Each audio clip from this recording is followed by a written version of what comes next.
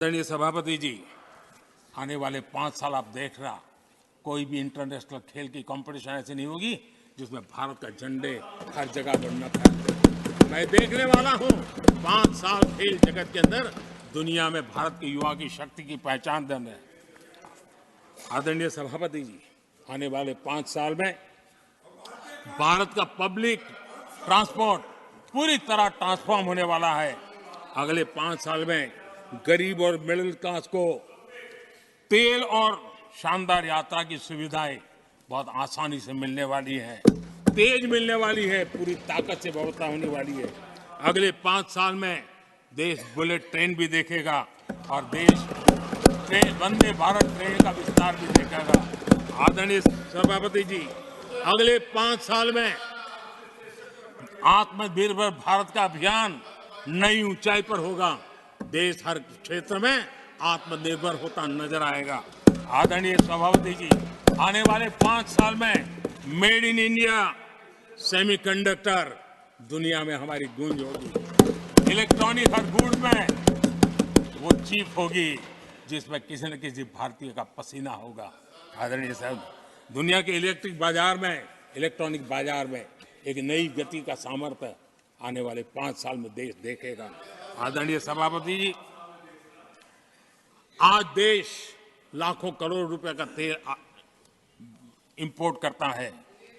अपनी ऊर्जा जरूरतों के लिए हम ज्यादा से ज्यादा आत्मनिर्भर बनने की दिशा में काम करेंगे और मुझे विश्वास है हम ऊर्जा जरूरतों पर जो डिपेंडेंसी है वो कम करने में सफल होंगे। इसे इतना ही नहीं, आदरणीय सभापति जी, ग्रीन हाइड्रोजन अभियान हम दुनिया के बाजार को लालायित करने की दिशा में आगे बढ़ रहे हैं। हमारा ग्रीन हाइड्रोजन ऊर्जा जरूरतों को पूरा करने का सामर्थ्य रहेगा। इथेनॉल की दुनिया में हम तेजी से आगे बढ़ रहे हैं। हम 20% का लक्ष्य प्राप्त करके हमारे लोगों को ट्रांसपोर्टेशन में सस्ता मिले, इसकी व्यवस्था होगी। आदरणीय सभापति जी, जब मैं 20% इथेनॉल की बात करता हूं, उसका सीधा लाभ मेरे देश के किसानों को होने वाला है। किसानों की नई मजबूती मिलने वाली है। देश के हजारों करोड़ रुपए आज खाद्य तेल, हम कृषि प्रधान देश तो कहते हैं, लेकिन आज भी हजारों करोड़ रुपयों का खाने का तेल हमें बाहर से लाना पड़ रहा है। हमारे देश के किसानों पर मुझे भरोसा है और मुझे पक्का भी जो नीतियों को लेकर के हम चलते हैं, एडिबल ऑयल में मेरा देश बहुत एक आत्मनिर्भर 5 साल में हो जाएगा और जो पैसा बचेगा मेरे देश के किसान की जेब में जाएगा, जो आज विदेश के बाजार में जाता है। आदरणीय सभापति जी, केमिकल की खेती के कारण हमारी धरती माँ को बहुत नुकसान हो रहा है। आने वाले 5 साल में नेचुरल फार्मिंग की तरफ देश के किसानों को ले जाने में हम सफलतापूर्वक आगे बढ़ेंगे। एक नया जागृति का काम होगा, हमारी धरती माँ की भी सुरक्षा होगी। आदरणीय सभापति जी, नेचुरल फार्मिंग बढ़ने से दुनिया के बाजार में भी हमारे उत्पादों की ताकत बढ़ने वाली है। आदरणीय सभापति जी, यूएन के माध्यम से मैंने मिलेट का अभियान चलाया। श्री अन्न तक के राते आज हमने उसकी पहचान दी है।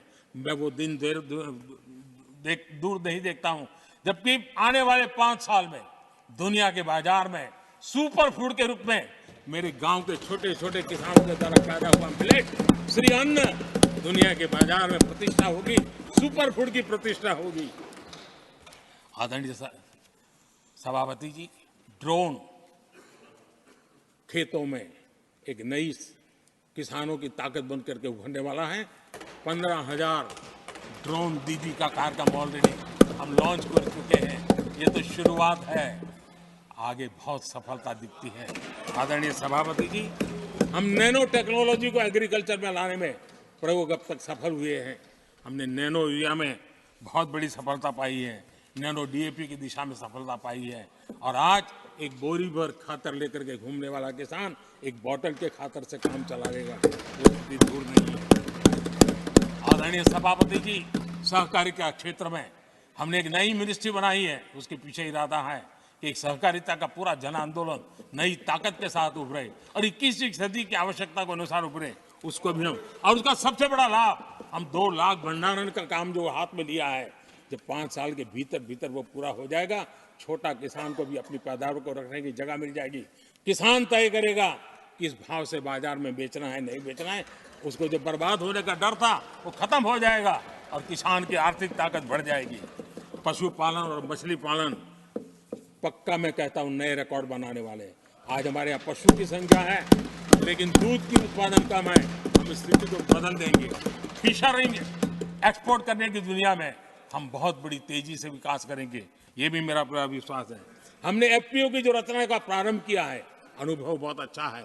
5 साल के भीतर भीतर किसानों की एक नई संगठन की शक्ति और कृषि उत्पादन में वैल्यू की ताकत, ये लाभ मेरे देश के किसानों को अवश्य मिलने वाला है। आदरणीय सभापति जी, G20 की सफलता ने साफ कर दिया है और दुनिया में कोविड के बाद जो खुलापन आया, उस खुलापन का सबसे बड़ा लाभ हमने देखा है कि विश्व का ध्यान भारत की तरफ गया है और इसलिए एक बहुत बड़ा क्षेत्र टूरिज्म आने वाले दिनों में होने वाला है और जो सबसे ज्यादा रोजगार देने वाला है।